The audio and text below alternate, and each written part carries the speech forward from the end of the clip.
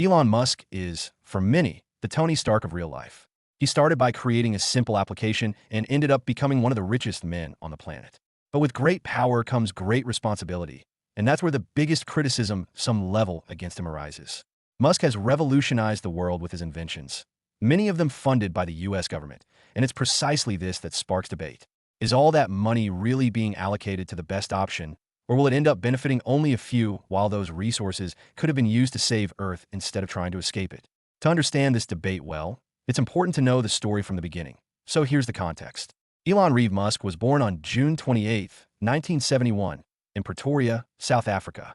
His parents are May Haldeman, a Canadian model and nutritionist, and Errol Musk, a brilliant electrical and mechanical engineer. The work of both made his family quite well off, giving Elon and his siblings everything one could ask for. But despite this, his life was far from perfect. From a very young age, he became a compulsive reader, memorizing absolutely everything he read, and began to show an intelligence slightly superior to his peers.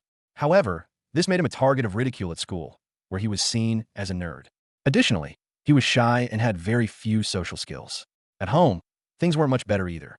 Errol, his father, raised Elon in a strict and at times violent manner, a treatment that extended to the entire family. The constant physical violence toward May, his wife, ultimately dissolved the marriage when Elon was only 8 years old. As a result, May and the children moved out to start a life away from Errol. The problem is that a couple of years later, Elon was overcome by a sense of guilt and decided to return to live with his father so he wouldn't feel alone. This turned out to be one of the worst decisions he could have made, as life with his father became hellish at times. Errol could be kind on occasion, but most of the time, he transformed, spending hours yelling at his son, telling him he was worthless, completely shattering his self-esteem. During the same period, his father sent him to a hostile survival camp where they tested the physical and emotional limits of the children. There, they were given barely any food or water a day and were encouraged to fight each other to claim the resources of others, under the idea of turning them into men. To this day, Musk often recalls these moments with his father and the other children with a fake smile that hides his discomfort. In his own words, Errol is the most detestable and evil man he has ever known. The beatings and displays of strength never interested Musk. What truly captivated him were books, video games, science fiction, computers, and technology. In his free time, he taught himself to program, which became his favorite pastime. Enthusiastic about learning more, he took some programming classes and then continued on his own. The result of hours of practice was the creation of his first video game, which he named Blaster, a space shooter game. It was simple but entertaining, leading him to sell it for $500 to the magazine PC and Office Technology. All this at just 12 years old. With time, as a teenager determined to escape his father's abuse, a country with an uncertain future and military service, Elon moved to Canada at 17. He took advantage of his mother's nationality, with his real goal being to reach the United States, the land of technological opportunities, specifically Silicon Valley, the ideal place for a young man passionate about computers.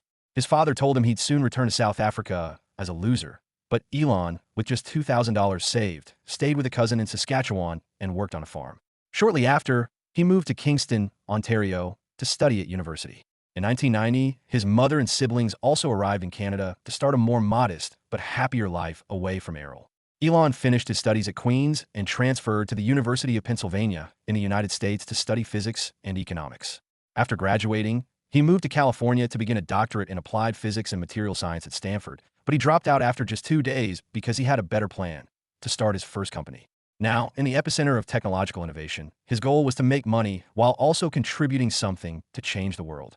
In 1995, at just 23 years old, Elon founded Zip2 with his brother Kimball and his friend and partner Greg Corey, an entrepreneur and investor he met in Canada during his early years as an immigrant.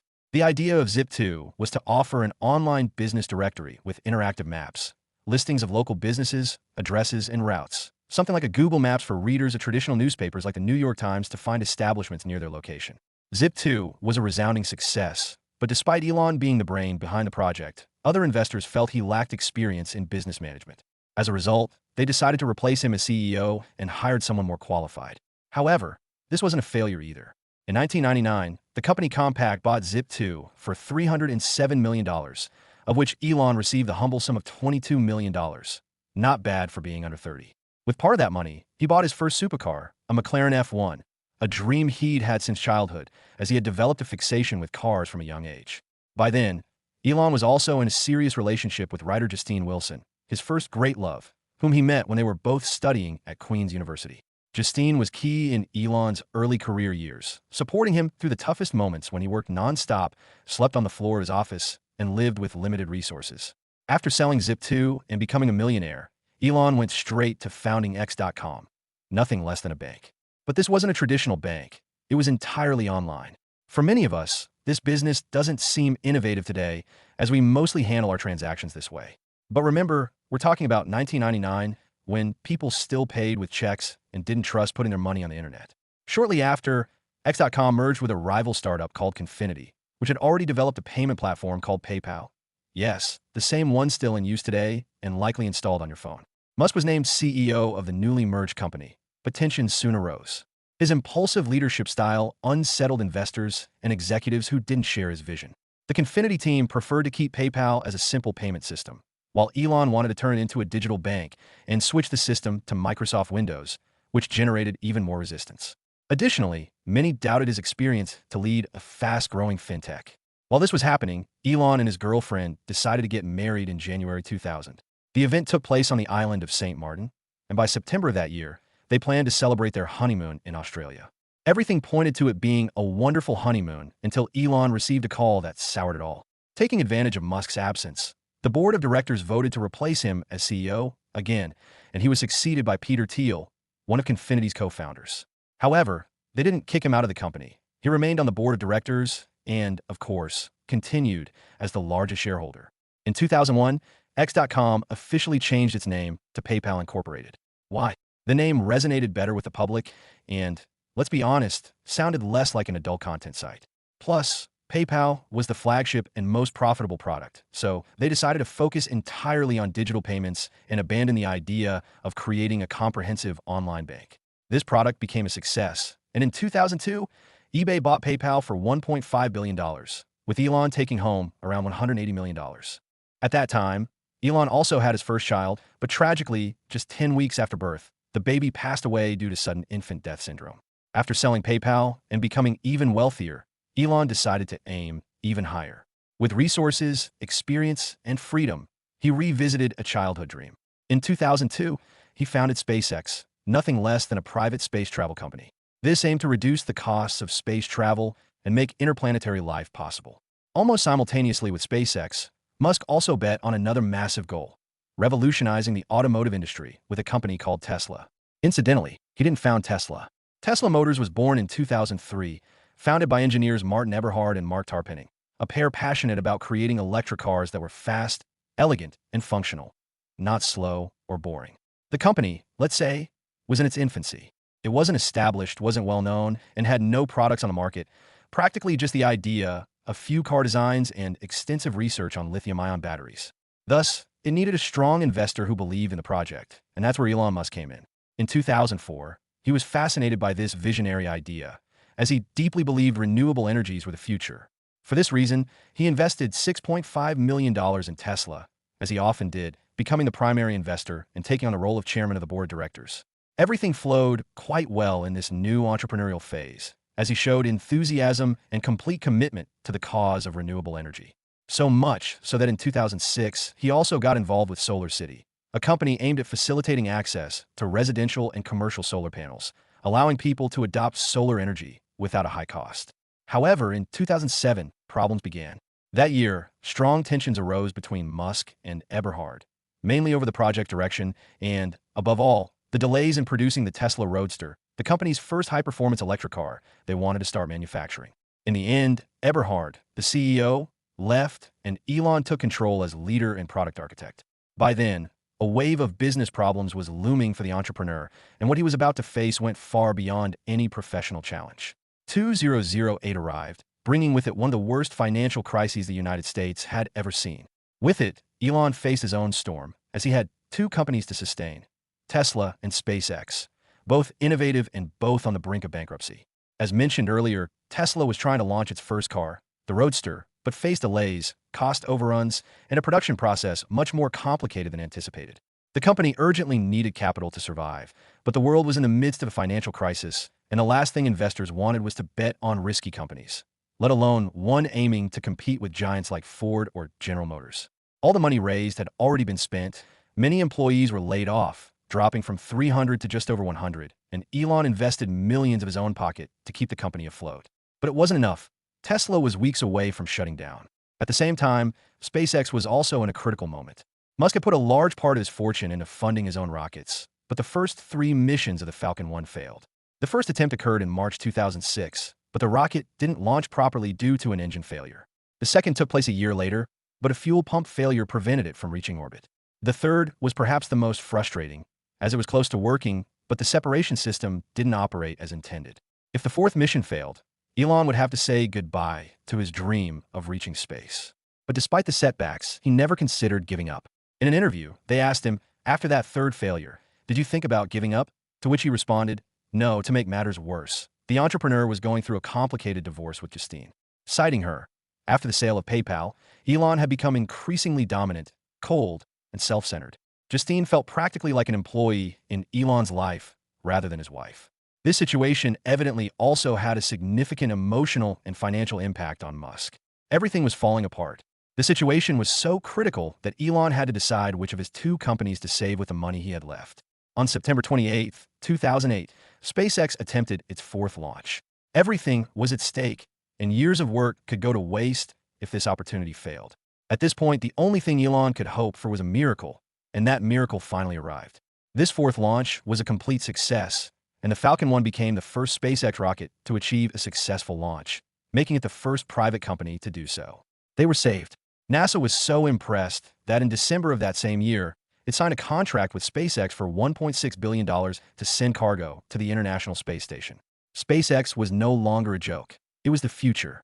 At that moment, Musk's vision for SpaceX was to make humanity an interplanetary species. Basically, to allow humanity to expand beyond Earth and colonize other planets as a sort of plan B in case Earth faces a global catastrophe like an asteroid, nuclear war, or a lethal pandemic. The idea of colonizing Mars may sound inspiring, but it also reveals a potentially problematic mindset. Instead of taking responsibility and fixing what's already damaged here on Earth, it seems to propose an exodus to a new planet when this one becomes uninhabitable. Some people have criticized this "if it breaks, why fix it" mentality, arguing that it diverts attention and resources from the urgent task of caring for what we already have. In fact, there seem to have already been negative environmental consequences on Earth due to SpaceX's own projects, from the massive amounts of CO2 they generate to the noise, waste, and atmospheric damage. But well, it's his money, and he can do what he wants with it, right? Well, it's not that simple. The reality is that many of his companies, including SpaceX, operate largely thanks to subsidies, loans, and contracts paid with public money. So, a problem could be that these are resources that, instead of being allocated to other priorities that could help heal the planet, end up fueling the dream of a private company to colonize another world. But what do you think about this situation? Do you believe it's a waste of resources to support these kinds of ideas, or could it end up benefiting the entire population? Let me know in the comments. Returning to the story, the crisis at SpaceX had ended, but Tesla remained on the brink of the abyss. Then, that same month, just at Christmas, another miracle occurred. Tesla also achieved the impossible. After weeks of calls, meetings, and rejections, Elon managed to close a $40 million financing round just days before the company ran out of money. After this financial chaos in 2009, Tesla received a key boost. The U.S. government granted it a loan of $465 million through a program aimed at supporting clean technologies and reducing dependence on oil. Thanks to this loan, Tesla could develop the Model S, its first fully electric sedan, which, unlike the Roadster, was more accessible, practical, and designed for the mass market. This financial support also allowed it to expand production capacity and make the definitive leap from startup to automaker. After the Model S came the Models 3, X, and Y. Incidentally, if you put all the letters in the order they were released, it spells the word sexy, which is part of Elon's humor. Elon often recalls that December of 2008 as one of the hardest moments of his life. After that stressful streak, everything started to improve for him. The Tesla Model S became a resounding success both in engineering and criticism, and SpaceX achieved one of its greatest breakthroughs by developing reusable rockets, drastically reducing the cost of space launches. With everything seemingly under control, Elon looked toward new horizons. In 2015, along with other Silicon Valley giants like Ilya Sutskever and Sam Altman, he founded OpenAI, a nonprofit organization aimed at ensuring artificial intelligence benefits all of humanity, not just large corporations like Google or Facebook. During its early years, OpenAI published important research on artificial intelligence and created OpenAI Gym, a sort of training camp where an AI can practice, make mistakes, and improve little by little. Elon also created the Boring Company, born out of his frustration with traffic delays, with the idea of building high-speed underground tunnels for electric cars. From this came the concept of the Loop, a fast and efficient underground transportation system. The project sought to be implemented in cities like Chicago, Los Angeles, and Baltimore, but didn't materialize due to technical difficulties and some doubts about its viability. As of 2025, the only tangible success is the Las Vegas Convention Center Loop, which connects convention center areas and plans to expand to hotels, stadiums, and the airport. That same year, Musk also wanted to explore the most mysterious territory of all, the human brain, and founded Neuralink, a neurotechnology company aimed at creating a brain chip to control computers with a mind, treat neurological diseases like Parkinson's, and in the future, fuse humans with artificial intelligence to avoid becoming obsolete. While all this was taking shape, Elon decided to leave OpenAI in 2018 for several reasons. The first was a conflict of interest, as Tesla was already developing its own AI for autonomous driving. The second reason was OpenAI's shift from a nonprofit to a for-profit organization, now under Microsoft control. It's worth mentioning that after his departure, in 2022, OpenAI launched ChatGPT, the AI model that has changed the world today. One of the most epic moments in Musk's career came in 2018 when, on February 6th, SpaceX launched the Falcon Heavy, the world's most powerful rocket. As is customary, something unusual happened. The payload wasn't satellites or humans, but a red Tesla Roadster with a mannequin at the wheel, all while David Bowie's Space Oddity played. The launch was a technical and media success, and the most impressive part was that 2 of the 3 boosters returned and landed simultaneously, a scene many thought was computer-generated. With all his companies and technological advances, Elon Musk became a media figure. His name, face, and projects were on everyone's lips, causing some to admire him and others to criticize him. For some, he's the Tony Stark of real life, a quirky billionaire with futuristic ideas, self-driving cars, landing rockets, and even a company aiming to connect the brain to a computer. His popularity grew because he doesn't act like a typical businessman. He shares memes, launches unfiltered ideas, and has a rebellious style, making him an idol for many who connect with his irreverence and admire his achievements. Additionally, he appeared in movies and series like Iron Man 2 and The Big Bang Theory, and on Saturday Night Live, he revealed he has Asperger's syndrome. In May of that year, his relationship with singer Grimes caused a stir when they appeared together at the Met Gala. But with fame came controversies. In 2018, Tesla's work culture began to draw criticism, with reports of grueling shifts, high pressure, and an unpredictable environment heavily influenced by Musk's controlling style. After a reorganization, they fired about 3,000 people, many via an email sent in the middle of the night with no prior notice. Environmental concerns also arose, as although Tesla presents itself as a green company, lithium mining and battery production have a significant environmental impact, something Musk tends to downplay. Another sensitive issue is the autopilot system, which Elon promotes as if it were fully autonomous driving, even suggesting you can sleep while the car drives you. But at least until now, that's not the case. It still requires supervision, and fatal accidents have already occurred. Another wave of criticism came in November 2019 when Tesla announced its new product, the Cybertruck, the world's first electric pickup truck. As usual, news about Elon and his company spread worldwide for 3 main reasons. The first was its very peculiar design, totally different from what pickup users were accustomed to. Second, for pickup users, an electric truck seemed inconceivable.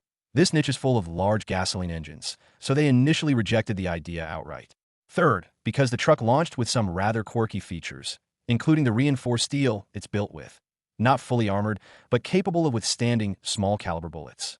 The windows were also reinforced with laminated glass, but during a presentation where Elon asked someone to throw a steel ball, it cracked the truck's windows, leaving the product somewhat embarrassed, though it made people talk about it a lot for better or worse.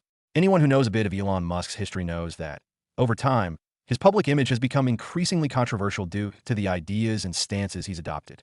But if there's one thing that can't be denied up to this point in the story, it's that Elon is someone who tries to innovate and transform the world. His career has been marked from the beginning by projects that many considered absurd or impossible at the time and were therefore heavily criticized. The first major example was his bet on online banking. Moving money over the internet seemed crazy, but today we all do it. Then came economically sustainable space travel, a goal SpaceX is turning into reality. After that, electric cars, something that's a reality today, thanks in large part to Tesla's decision to take risks, offer a good product, and do effective marketing. To this, we add his efforts with autonomous cars, underground tunnels to combat traffic, Neuralink, and of course, OpenAI, which although Elon wasn't part of creating ChatGPT, he was involved in the early days of the company that has changed the world. When someone tries to change the course of things, criticism and scrutiny are inevitable. Innovating is challenging the status quo, and that can often be uncomfortable. The new generates distrust, pulls people out of their comfort zone, and many prefer to stick with the familiar rather than open up to what they don't understand. Elon's case is an example. Every idea of his has been under a microscope, and he himself has become a target of criticism for his personality, his ways, or his statements. With this, I'm by no means trying to say or suggest that criticism serves no purpose. On the contrary, I believe it could be a valuable tool if it comes from people whose opinions you truly value or who understand the context. Those can help you improve, rethink, and grow. In those circumstances, listening doesn't mean everything is wrong or that you'll give up. It means having the humility to ask yourself if the path you're choosing or envisioning is really the right one, and if what you're doing will have the impact you truly desire. But it's also important to understand that criticism will never disappear. It will be there at every step, especially if what you do involves innovation. So, if you have a firm purpose in which you believe, if your goal is to contribute something positive, you must be clear that part of the journey is learning to live with those voices. Lastly, something I find commendable about Elon's work philosophy, in which he shares with many figures who have achieved great things, is perseverance and resilience. Of course, these aren't qualities that will guarantee the success of a project, but I believe they are necessary to sustain the path toward your purposes and goals. Although Elon Musk tends to be reserved about his personal life, there's an intimate moment that captured the world's attention. The birth of his son, X12 in 2020, the result of his relationship with Grimes. That name sparked many reactions. A combination of symbols, letters, and numbers that seems to reflect the interests of both parents in science and technology. The truth is, no one knows for sure if that's the child's real name or if Elon is just messing with us, but it's the information available at the time of recording this video. Later, in 2021 and 2022, Musk and Grimes had two more children with equally curious names, Exa Dark Sidereal and Technomechanicus. Little is known about them, as their parents have decided to keep them away from the public eye, especially after their separation in 2022. Meanwhile, Elon continued to rise. In January 2021, he surpassed Jeff Bezos' fortune and became the richest man in the world, with an estimated net worth of $185 billion. Months later, he became the first to exceed $300 billion. In October 2022, he made headlines again by buying Twitter for $44 billion, with the idea of protecting what he calls the fundamental pillar of democracy, freedom of expression. He renamed the platform X, fired half the staff, eliminated the board of directors, and launched a subscription verification system that caused chaos with identity verifications. In 2023, he began openly criticizing the woke mindset, sparking significant controversy, especially because his daughter Vivian, a trans woman from his marriage with Justine Wilson, cut ties with him and rejected his surname. Reactions polarized. Some saw him as a defender of freedom, others as an irresponsible provocateur. In January 2024, Neuralink took a key step by performing its first implant in a human. Noland Arbaugh, a quadriplegic after an accident, received the device and managed to control a cursor with his mind and learn new languages. His testimony demonstrates the potential of this technology to improve the autonomy of people with severe disabilities. Neuralink continues its trials, still facing challenges. And for Elon, this is just part of his mission to secure humanity's future. That idea also reflects in his personal life. Musk has 13 children, 5 with his ex-wife Justine Wilson, 3 with Grimes, for Shervon Zeles, a Neuralink executive, and 1 more with influencer Ashley Saccarides, about whom little is known. For many, this seems excessive, but Musk has said that low birth rates are one of the greatest risks to civilization, and having more children is, for him, part of his mission to ensure the human future. But well, I believe the most important thing about bringing children into the world is taking responsibility for them, and let's hope that's the case for Elon. While trying to save the species, he also dove into politics.